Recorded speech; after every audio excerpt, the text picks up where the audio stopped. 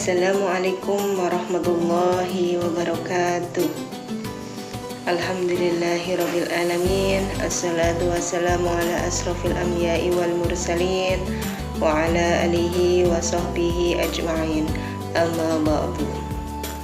Yang terhormat Bapak Koordinator Wilayah Bidang Pendidikan Kecamatan Cilacap Utara, Bapak Subur Sujati MPD. Yang saya hormati Ibu Pengawas Pendidikan Agama Islam Kecamatan Cilacap Utara, Ibu Hajah Anisatul Umniyah MPDI.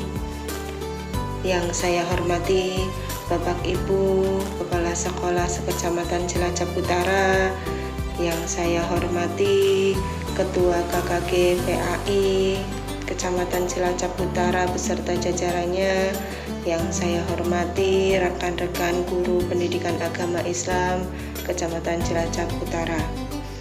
Pertama, marilah kita panjatkan puji syukur atas kehadirat Allah Subhanahu wa Ta'ala yang telah melimpahkan rahmat-Nya kepada kita sehingga kita dapat melaksanakan ibadah di bulan suci Ramadan tahun ini. Salawat serta salam tak lupa kita curahkan kepada junjungan Nabi Agung Muhammad Sallallahu Alaihi Wasallam yang kelak kita nantikan syafaatnya di yaumil akhir. Allahumma amin. Bapak Ibu yang dirahmati Allah, izinkan saya menyampaikan kultum pada hari ini yang berjudul Bagaimana Mengakhiri Ramadan. Ramadan akan segera berakhir dan hilal Syawal akan segera muncul untuk mengakhiri bulan yang penuh dengan berkah ini. Apa yang harus kita lakukan? Yang pertama, kita harus tetap istiqomah dan bersungguh-sungguh dalam beribadah.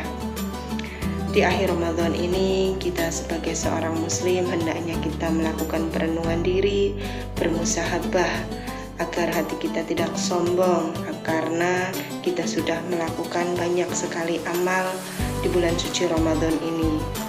Kita harus mawas diri dan berharap amal yang sudah kita lakukan di bulan suci Ramadan ini diterima oleh Allah Subhanahu wa Ta'ala dan mendapatkan pahala darinya. Allahumma amin.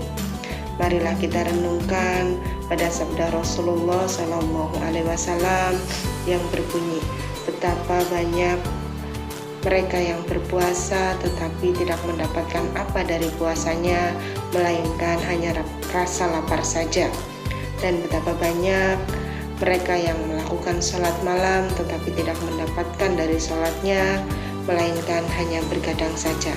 Hadis riwayat Ibnu Daud dan Ibnu Majah. Yang kedua, melakukan pembayaran zakat dengan ikhlas dan tepat pada waktunya.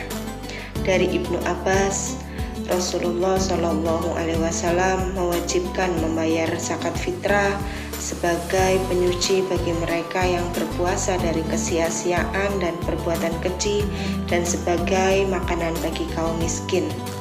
Barang siapa yang membayar zakat fitrah sebelum melakukan sholat Idul Fitri, maka zakatnya dikabulkan.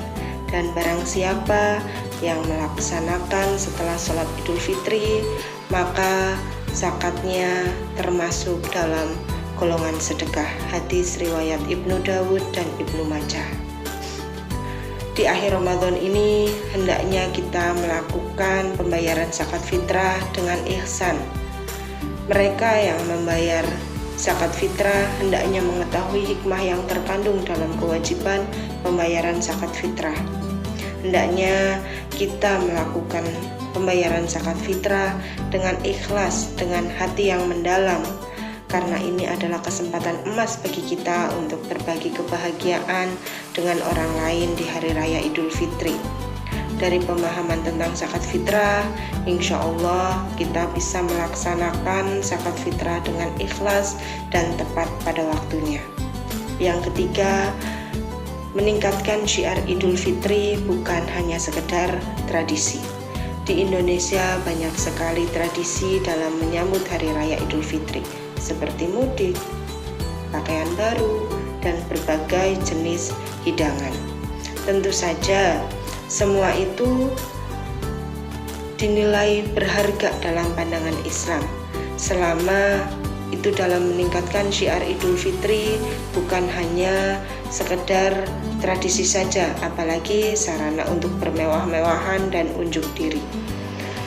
Akan berbeda bagi mereka yang mudik untuk menjaga tradisi dan yang mudik untuk menjaga silaturahmi, dan berbeda pula bagi mereka yang membeli pakaian baru hanya untuk unjuk diri agar dipuji dengan mereka yang mengikuti anjuran Rasulullah SAW untuk memakai pakaian yang terbaik di hari raya Idul Fitri. Sesungguhnya semua amal tergantung pada niatnya. Akhirnya semoga Allah SWT memberikan kita kekuatan untuk mampu mengakhiri Ramadan dengan ihsan dan mengisi serta menyambut hari raya Idul Fitri dengan kebahagiaan dan kegembiraan yang bernilai di sisi Allah SWT. Sekian kultum yang bisa saya berikan, yang bisa saya sampaikan. Semoga bermanfaat. Mohon maaf apabila banyak kesalahan dan kekurangan. Wabillahi taufiq wal hidayah. Wassalamualaikum warahmatullahi wabarakatuh.